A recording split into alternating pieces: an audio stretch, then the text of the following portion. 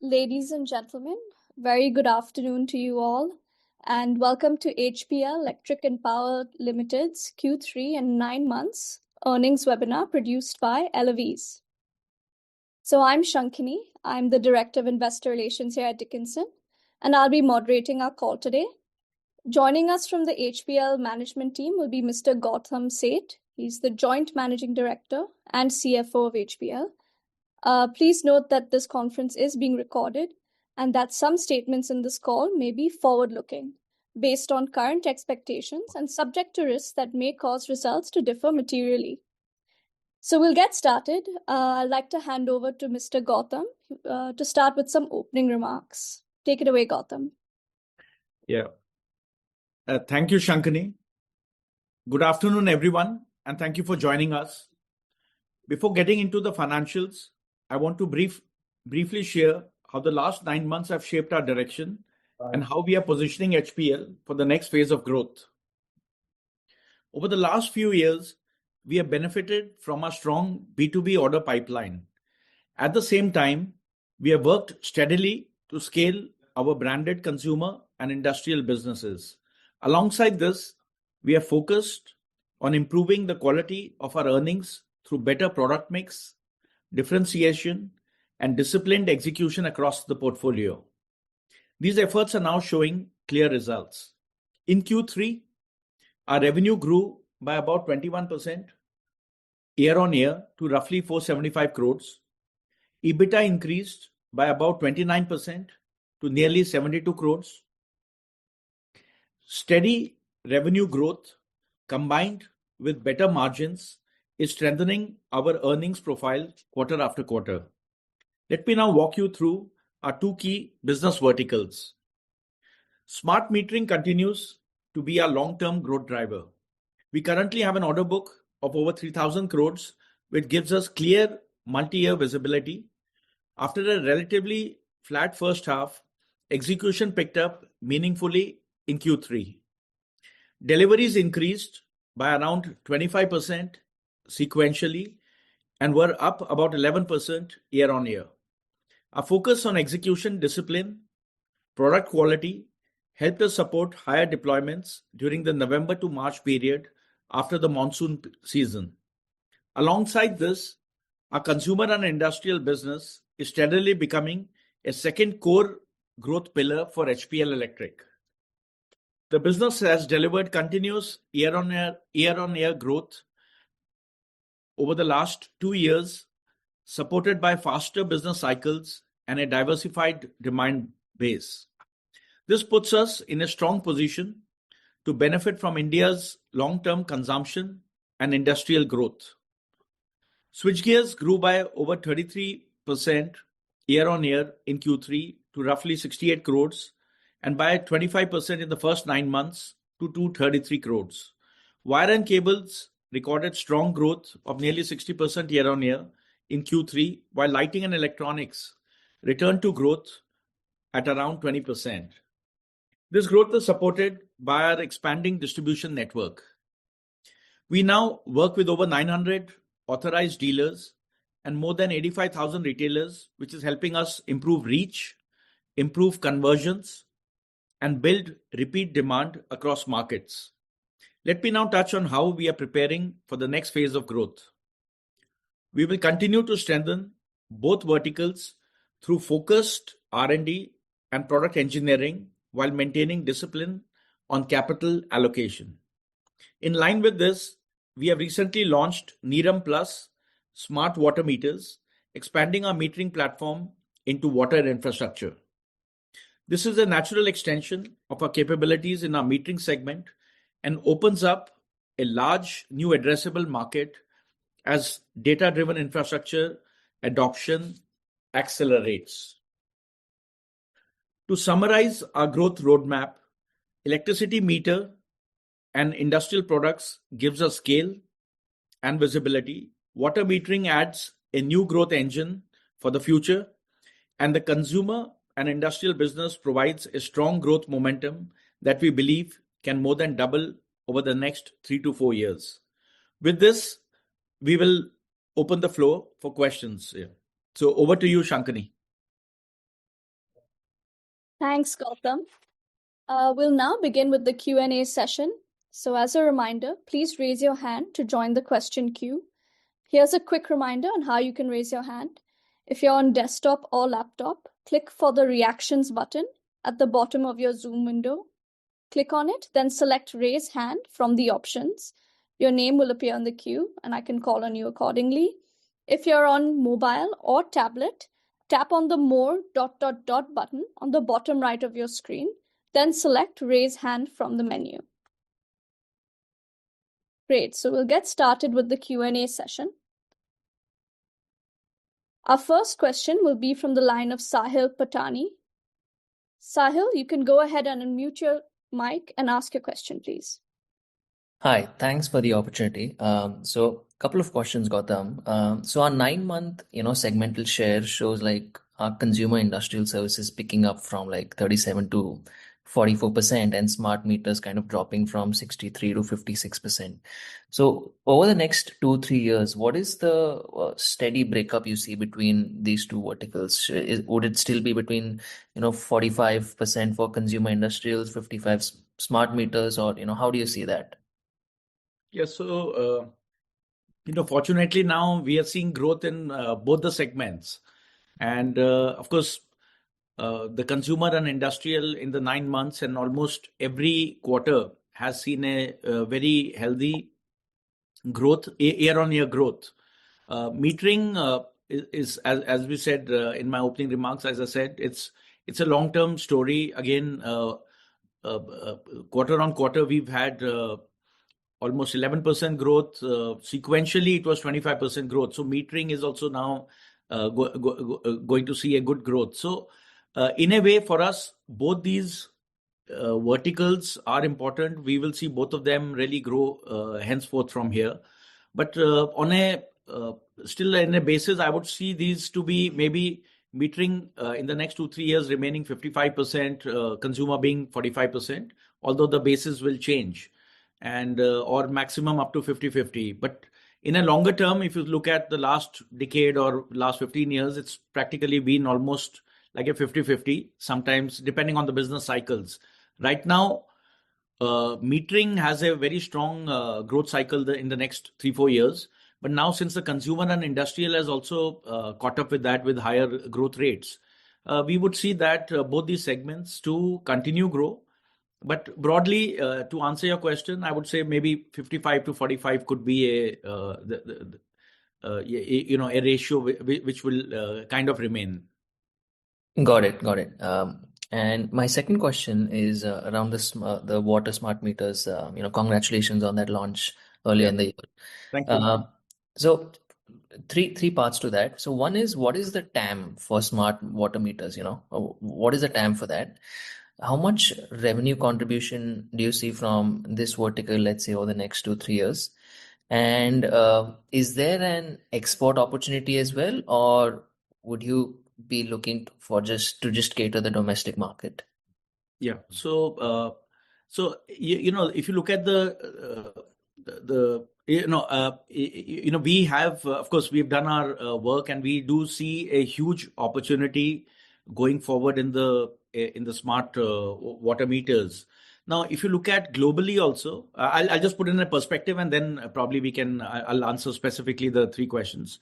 If you look at the global market in the smart, like any metering company globally, the big companies, so they are into the electricity, they are into the water and the gas meters. So with HPL Electric also, we've been dominating the electricity meters, and we feel and we have that kind of ambition to be a global player in metering. And so our step into this has been that we do see a very big addressable market in the country. Right now, probably we don't have figures or there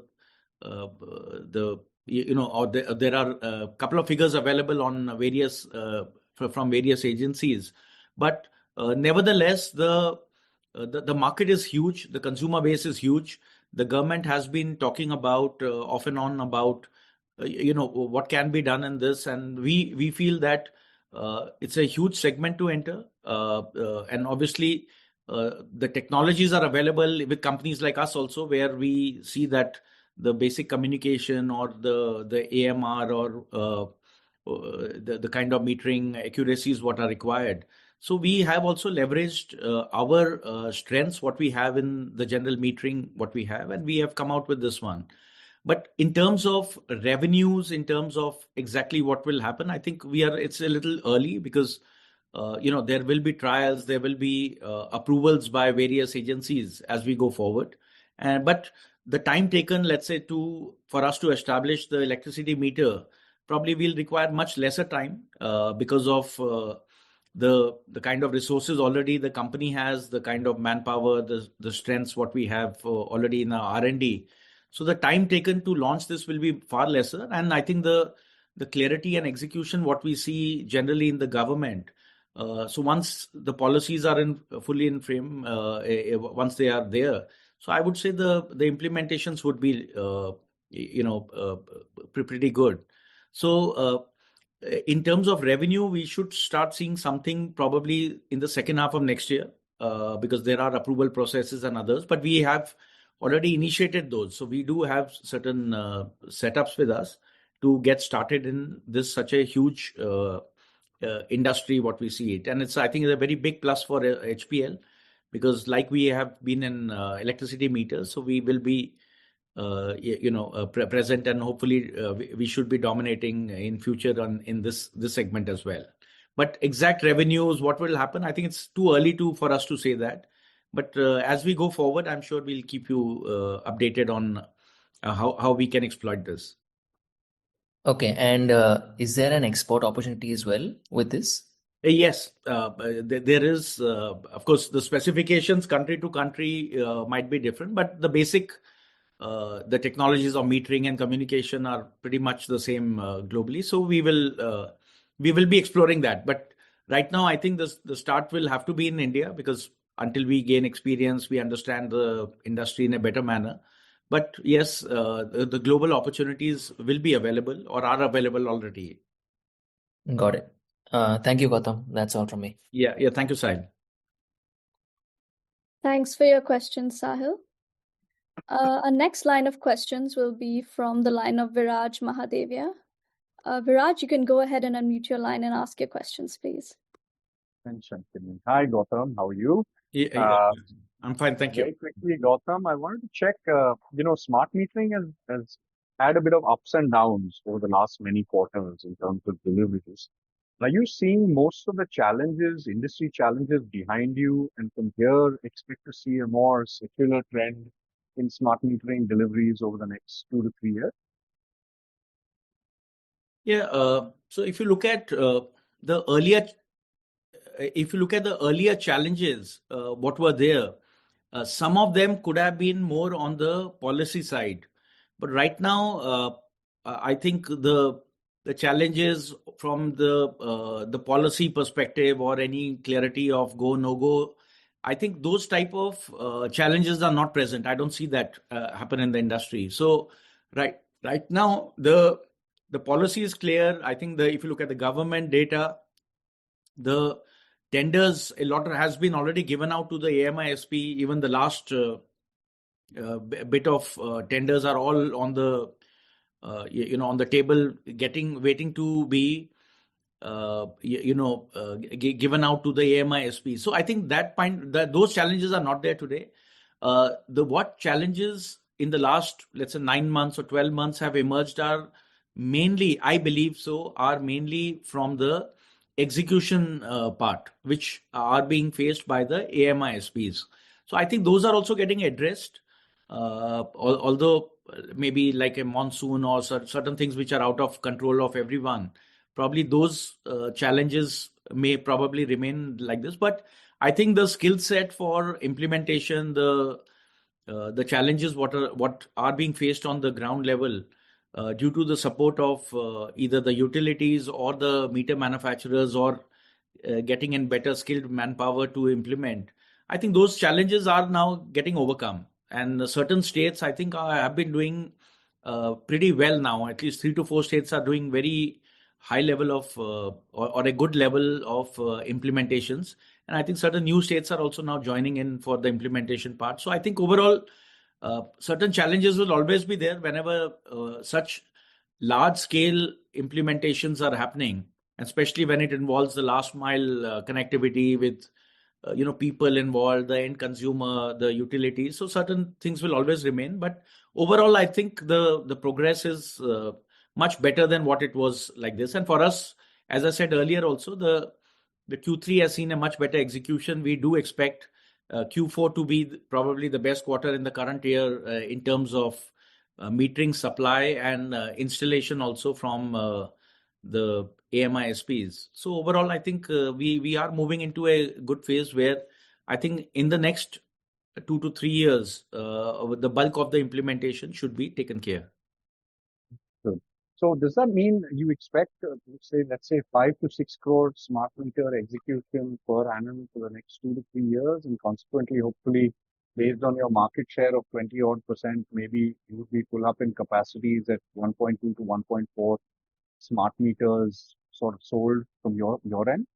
Yes. So if you look at the purely going by the run rate of the government data and the kind of projection, so I think that seems to be a possibility of having at least a 5 crore meter being implemented. Of course, I cannot talk for the AMI SPs or the government, but just my sense of the way we read the market, I think that is not it should not be a big problem for the industry to achieve those figures. And if that happens, we are very confident of our supplies to the AMI SPs.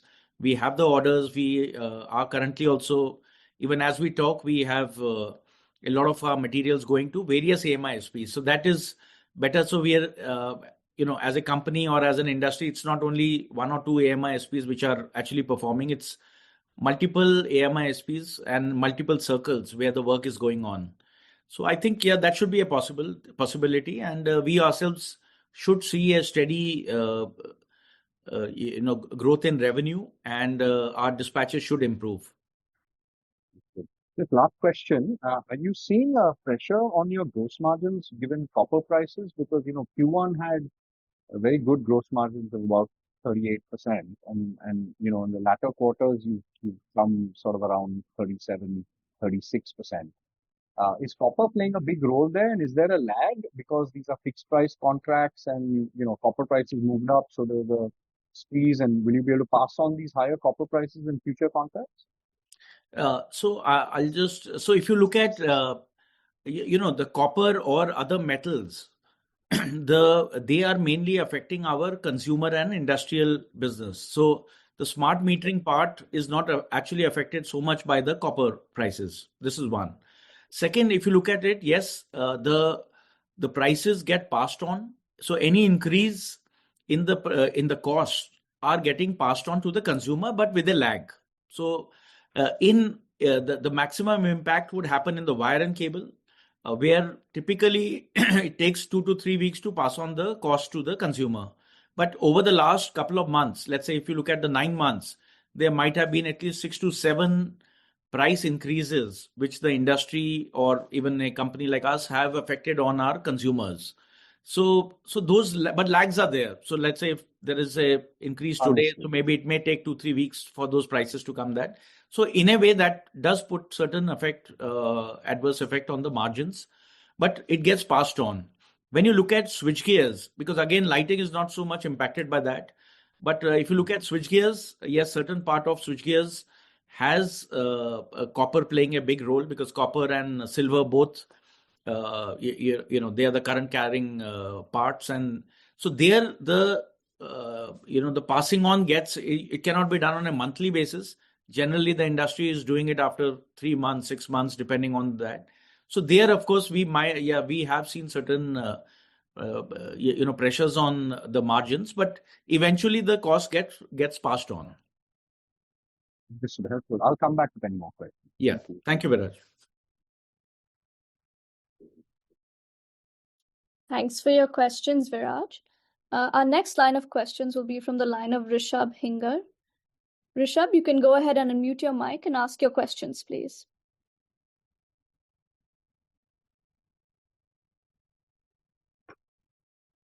Hi, Rishabh. You might be on mute. You can go ahead and ask your question. Yes. So am I audible now? Yes, please do go ahead. All right. Gautam, first of all, congratulations for delivering robust results. Yeah. Now, I have a couple of questions from you, primarily on the strategy part. So, one is, are we strictly restricting ourselves to the low to medium voltage market where we are operating? Reason I'm asking this question is, if you look at HPL, we have strong connect with the utilities, discoms. So a natural extension is a product like EHV cables, which is a natural extension for the wires and cables segment. So do we have any such plans in the future to venture into these type of segment? Second, my question is regarding the next generation product line. So our competitors such as Genius Power have got solar inverters, solar. They're working on solar storage solutions, or on the consumer industrial sides, solar panels. So there are a lot of next generation product lines which our competitors are working on. So has HPL got any such plans to augment these type of product lines? Yeah. So Rishabh, so if you look at our major portfolio, whether we look at the energy meters, of course, in metering, we have been, all this goes into the distribution segment, obviously through the utilities. If you look at the switchgear part and the wire and cable, we have been into the low voltage, not even in the medium voltage. And but that is typically this. But as a strategy, if you look at the low voltage market, we are covering the entire switchgear basket, which goes in from starting from an air circuit breaker, which is the main incomer, then it goes downstream up to the modular switch. So every kind of switchgear, whether it is a automatic transfer switch, changeovers, MCCBs, contactors, relays, MCB, distribution board, the entire chain we have it. When you look at the lighting, again, right from a street light up to the LED bulb. So there are over 200 products what we make, which are, whether it's the panels or what you see in the offices, downlighters, everything we make like this. Similarly, in the wire cable, we have extended. So that has been our major strategic USP, has been a one-stop shop for any kind of home, industrial, commercial requirements like that. Now, going forward, we are already evaluating we do realize that it's a huge market, like you were talking about EHV, but it's a general progression. So we have been studying the market to go into the higher kind of cables, going up to HT and then EHV. So it's a progression which typically for any good company would take 3 to 5 years to actually come out with those ranges like this. But yes, we are actively looking at it and to come into the higher set of cables, because our wire cable last 3 years has seen a very good growth. We have seen a big, right from a margin improvement up to the market expansion, we have been seeing that. And there is a big demand coming in from our own dealer, distributor and customers to come out with a higher cable. So those are the LT power cable and probably going into the lower HT cable. So I would say it's a progression. We are looking at it very actively, and as we, maybe down this calendar year, we should be able to update you on how we look at the market and what kind of investments and opportunities we see in that. Now, looking at when you're talking about the solar or other things, we already have a solar division. We are if you look at the top, let's say the top 10 solar companies, the bigger ones who are doing. So we are already supplying to them. We have a very strong solar product portfolio, starting with the solar cables. We do net metering, which is again a very strong product of ours. But when you look at the switchgear on the solar side, on the DC side, we have the complete distribution boards. So a lot of products on the solar markets are already addressed. We are already developing a lot of newer products to cater to that. So we are open on that. We, in fact, last 4 or 5 years, we already have a complete solar division, and we are again growing into that. Now, if you look at HPL, with over 180 engineers in R&D, and which covers all the things, not only meters, but also switchgear, wire and cable, lighting, and then into a lot of common technologies like, the electronics or the communication and other things. So we are continuously developing a lot of new age products. in each of our product segments, which address to the consumer. So whether any kind of cables or switchgear would probably go into a data center, that we are probably looking at those. 5G, we are already doing a good sizable business with all the three major telecom players, whether it is Jio or you have Vodafone or you have Airtel. So a lot of new age opportunities what we see.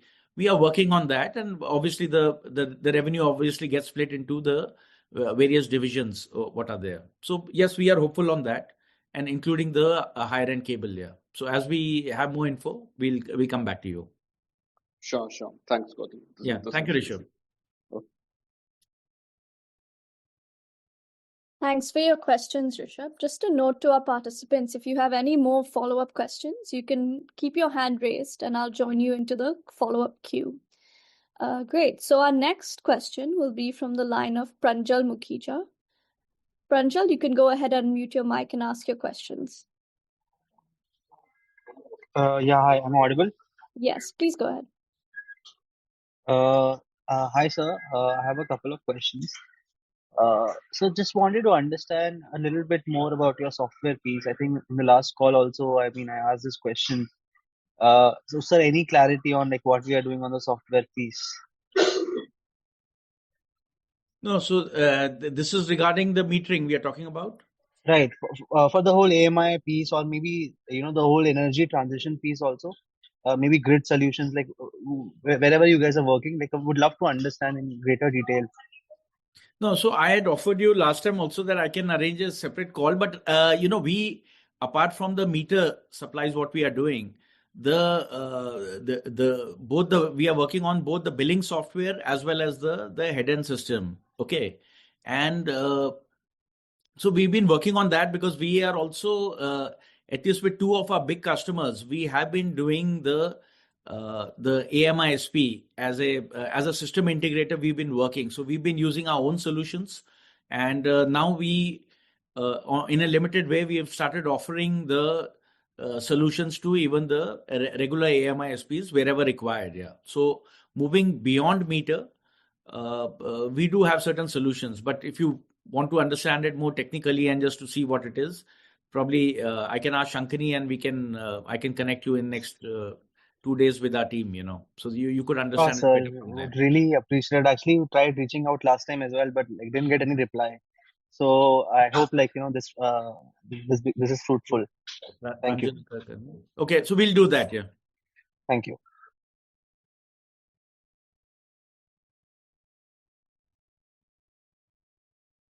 Pranjal, any more questions or? No, that's it. Thank you. Yeah, thanks. So our next question will be from the line of Kunal Dubey. Kunal, you can go ahead and unmute your line and ask your questions, please.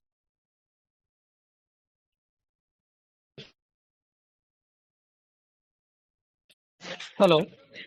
Hi, Kunal. Please go ahead. Hi, Gautam. Congratulations for the good set of numbers. My question I've joined the call a little late. I have a couple of questions for you. First, in the last call, you had mentioned that we would be in the revenue. Our total revenue number is currently 1291 crores, 9 months. And you had mentioned that we would be in the pin code of around 1900 crores. So is that number still on? Is my first question to you. That we will be able to meet that 2,900 crores number. And my second question to you is on the new metering system which we have launched, water metering, what is the revenue pipeline or GTM go-to-market strategy for it? Yeah, so in terms of revenue, I won't give a specific number, but definitely we look at our strongest quarter coming into the Q4. Right now, the way we look at it and the schedules what we have from the various AMISPs, I think we should do a fairly good the turnover for the smart metering, and the consumer and industrial also is set for another good quarter and a good growth. So even looking at it sequentially or year on year, we do expect a good quarter. Now we have done about 470 in the Q3. So definitely the figure you said, we are looking to get there. But again, there could be just last moment. Let's say if there are some postponements happening from the AMI SPs and all. But right now we do look at a good quarter. So even if you're not reaching there, but we should be getting somewhere close to that. But on a specific number, I probably won't be able to confirm to you on that. But that should happen. Yeah. Okay. Now, looking at actually, I talked about in the initial on the water meter part. So we have launched the meters. Of course, since the government or the Jal boards and others are the primary consumers of that. So our the products would be going for their testing, their approvals. So that is a process that would happen. But we do see that the government, the way things are going on, that this would be a future. The government would definitely come out with bigger schemes for their implementations. So right now we are working on that. But specifically on numbers or what we can achieve, I think as we are reaching the next year, maybe in the second half, you should start seeing certain things coming on. Gautam, just a follow-up question to you. If I may ask you, or if you can give me an answer, we did last year around 500 crores in Q4. We would be in that same line if you could answer that question. If we could match Q4 of FY25 around that I think number. I think we should see a growth from there. Now, Okay. what growth? Probably I cannot say that, but yes, I think we are looking at it internally. We do have strong targets. Our teams are, working day and night to make sure that the best figures are there. But yeah, I think we should have a growth from there. Yeah. Thank you, Gautam. Thank you for your time and all the very best. Thank you. Thank you. Thanks for your questions, Kunal. Our next line of questions will be from Chandresh Malpani. Chandresh, you can go ahead and unmute your mic and ask your question, please. Hello, am I audible? Yes, Chandresh, please go ahead. Yeah, thank you for the opportunity. Sir, first question, is on the order book itself and the overall broader perspective. When we see smart metering, about 15 crores meter are awarded. So two questions here again, sir. I've asked in the past as well that out of 15 crore, your sense, how much is, passed on to the OEMs? And second, sir, we have not seen any meaningful, tendering happening in the last 8 to 10 months from the utilities to the AMISP itself, where we see Tamil Nadu, which is, a big ticket, 3 crore odd meters, but the orders have not been finalized. So, sir, your overall sense on the tendering thing, because our order book has also remained in the range of 2,500 to 3,000 odd crores. So our incremental revenue depends to a large extent to this new orders that will come in. So your overall thought process here, sir.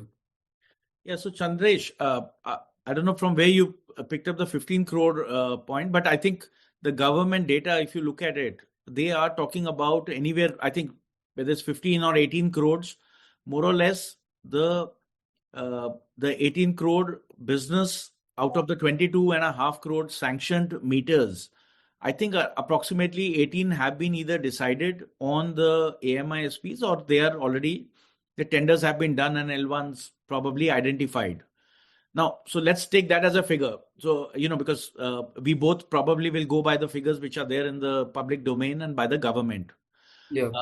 So out of those, just my sense is that right now, if let's say 5 crore some meters are already implemented, probably 4 to 5 crores are pending orders with the OEMs. Again, it's a calculated guess, I would say. Maybe this could be lesser.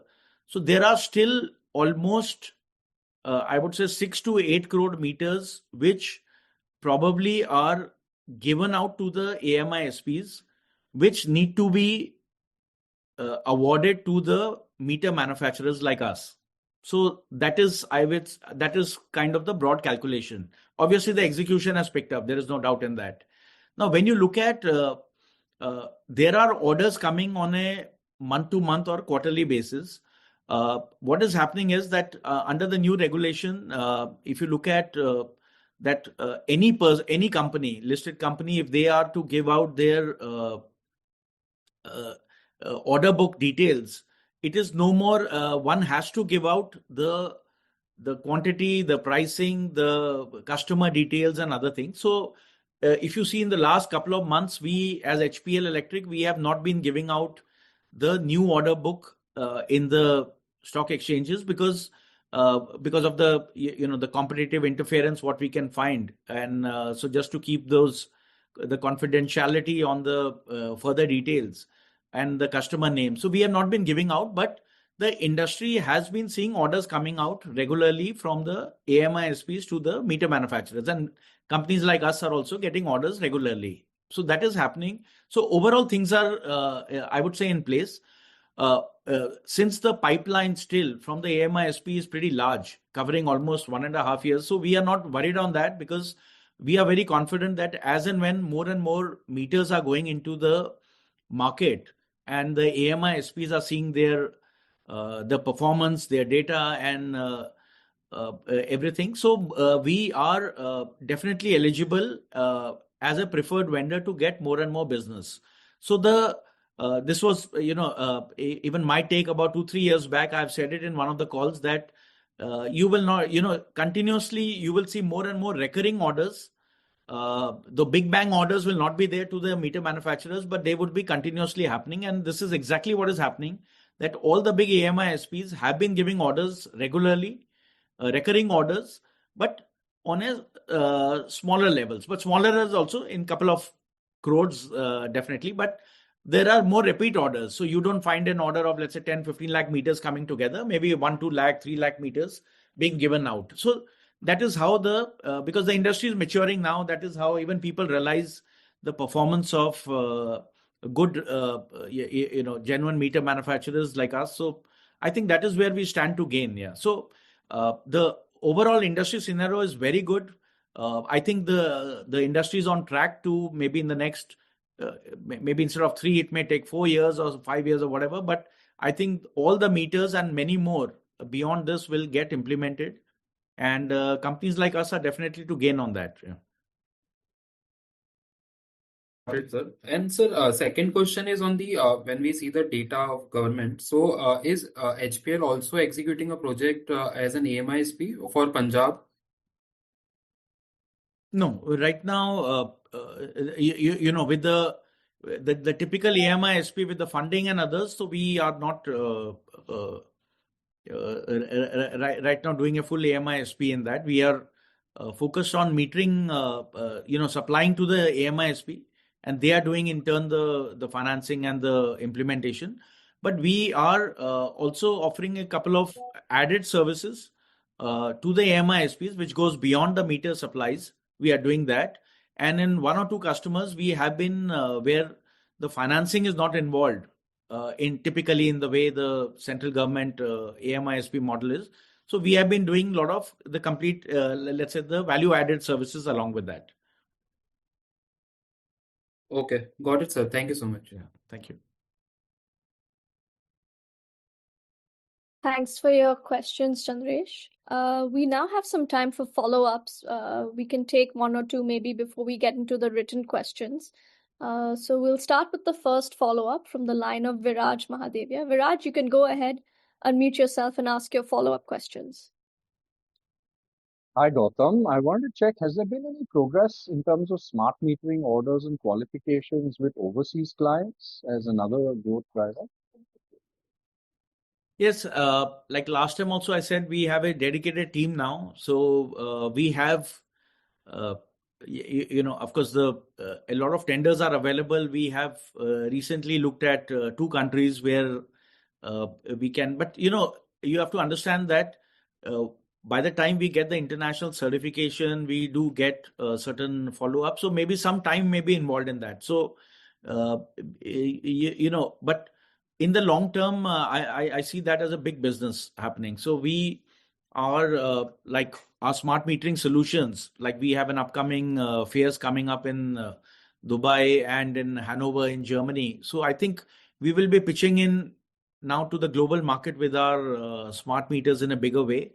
I think the experience and the specifications, what we gained from the Indian market in the last 2-3 years, I think that will, kind of qualify us very well to get into any type of country or markets we want to get in. So, but it will take time. So maybe another 12 months from here as we get all the certifications in place. But eventually, if we are able to crack even 3-4 countries, the volumes can be big and the values are far good. The realizations are pretty good, and especially if you look at the European or the advanced Middle East markets, the values can be very good. Yeah, the margins also can be good. So we are exploring that, and definitely there's a dedicated work happening in that direction.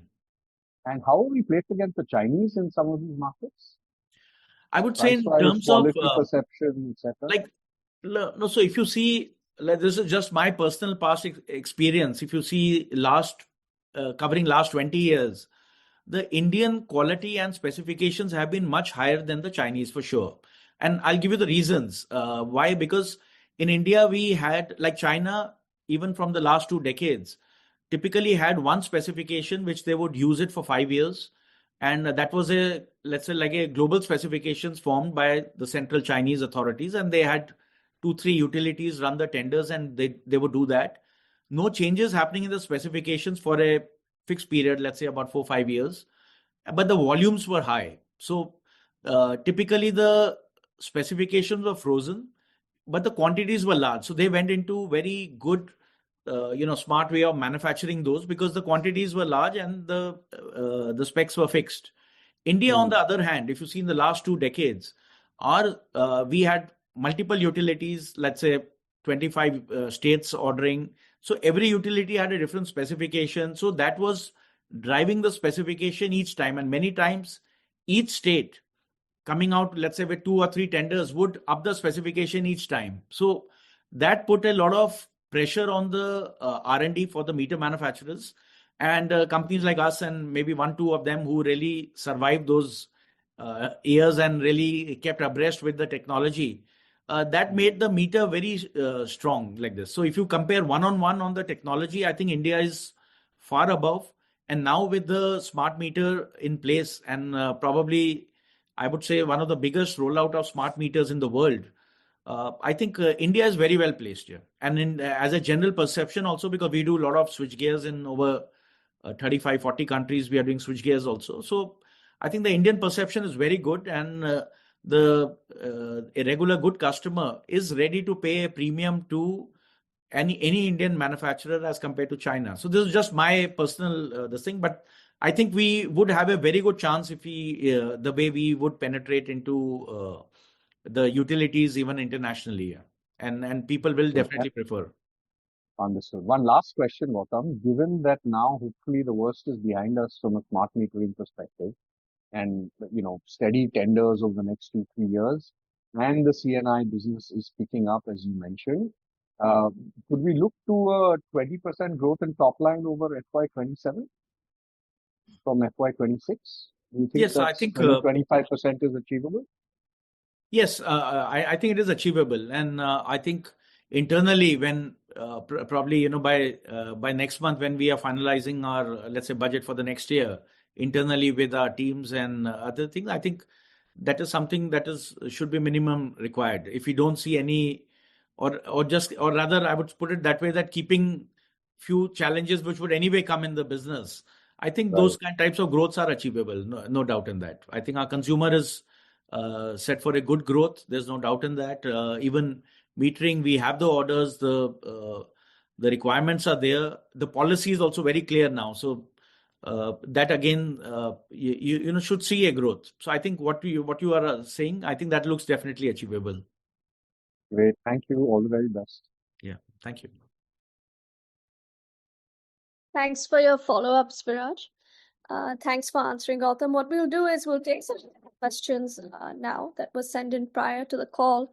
So the first question is about the recent developments in the FTAs. We saw some European FTAs come through. Can you tell us how this affects our export opportunity for both our business segments on the metering front as well as the C&I segment?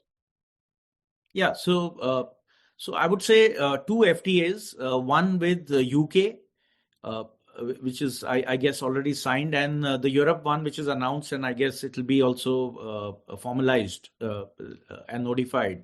So I think we stand as HPL Electric, we stand to gain from both these FTAs in a big way. Now these, as we read from the news, that the import duties of engineering products into Europe would get reduced. So if you see, India is basically on the IC standards, which are typically, the electrical system is, compatible with the UK and the European standards. So we stand a good chance as a company to supply into Europe, supply into UK, into those markets. And these countries typically have a lot of their manufacturing already shifted out of Europe. So typically it's gone major to China. And now with this FTA, I think India as a country and the engineering companies here have a good chance to become a manufacturing base for the European customers and big companies. So I think definitely we are looking at it, and our focus in going forward in Hanover, as I said, we are participating in these fairs.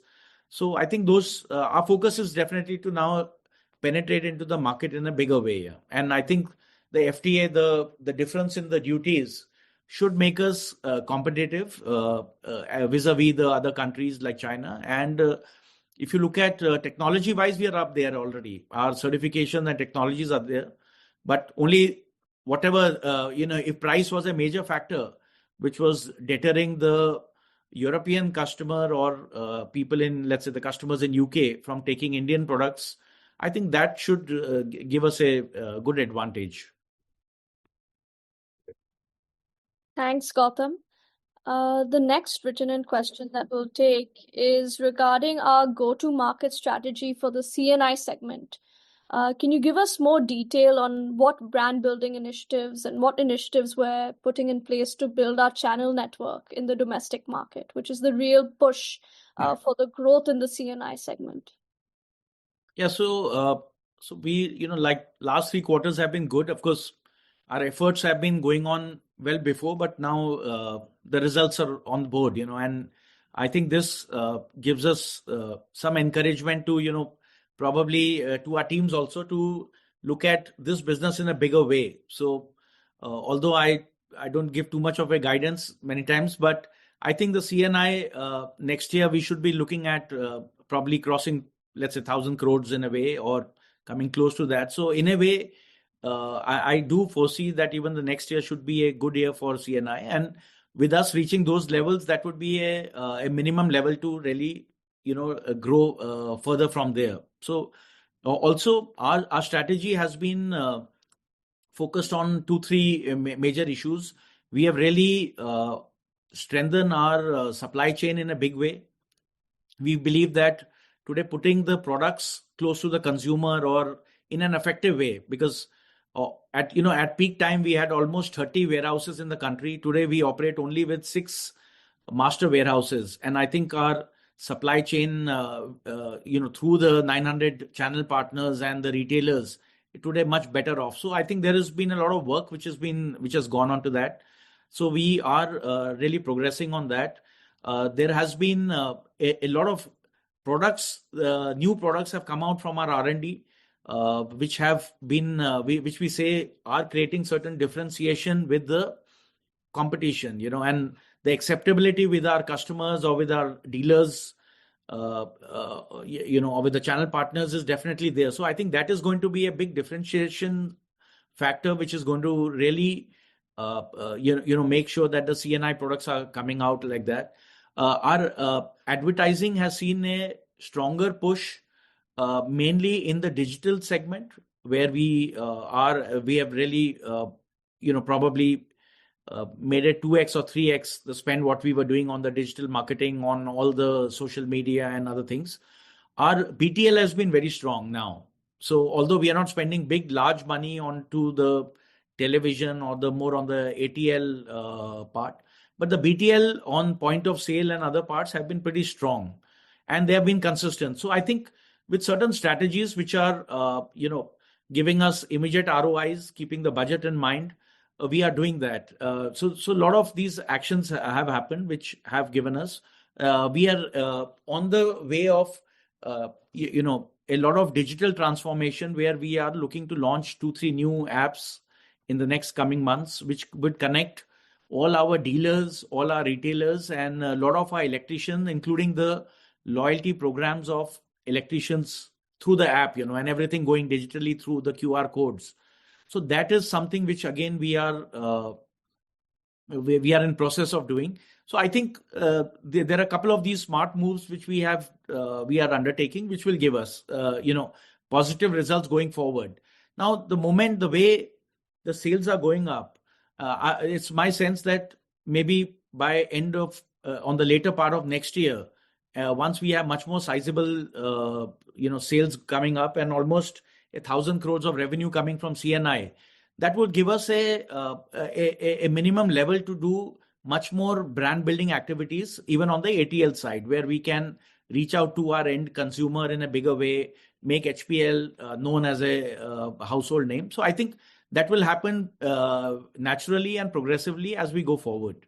But right now we are in a direction, and we feel encouraged by the results what are coming. Of course, market is competitive. There are, it's an open market, competition is there. But I think overall we've got certain things right for sure. And I'm sure we'll learn and see that we keep up the growth coming up. Thanks, Gautam. Just a quick follow-up on this. If you look at geographically, if you look at the CNI segment, is there room for more penetration when it comes to building the channel network?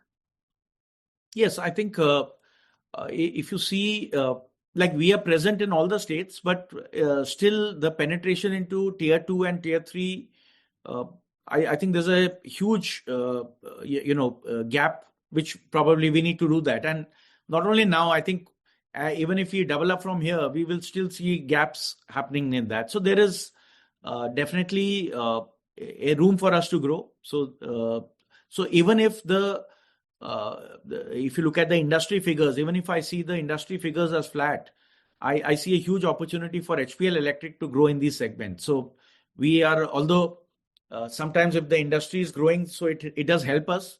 But right now, the way it is, at least in the next 5 quarters, I am seeing a good runway for growth for CNI in a good way. And I'm sure we'll be putting the next level of strategies thereafter for future growth. So that is going to happen. Even right now, as we are closing the year, in the next 3 to 4 months, covering, let's say, the Feb, March and the April and May, we do see a lot of new appointments of channel partners. Our teams have identified a lot of areas where HPL would require a strong distributor. So a lot of internal targets are there and monitorings are there. So definitely, I think we should be able to, there is a good gap which we are ready to fill up. Thank you, Gautam. That was really insightful. We have some more written questions, but looking at the paucity of time, we'll get back to you with some written answers. And those in the question queue can also write to us, and we'll be very glad to get your questions answered to your satisfaction. So before I hand over to Gautam for closing remarks, I'd also like to mention that we are planning some investor and analyst events for HPL in the coming month.